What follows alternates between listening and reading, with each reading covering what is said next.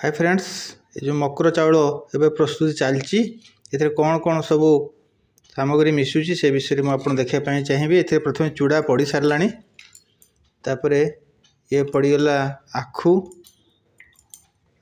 रस आलू काकुड़ी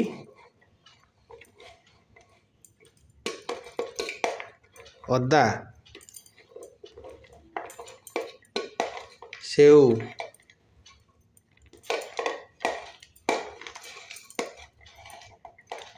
नड़िया कदली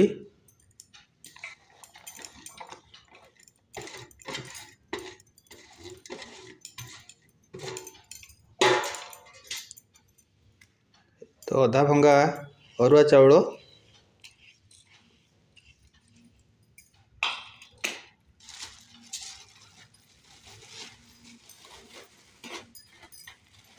ता सहित चीनी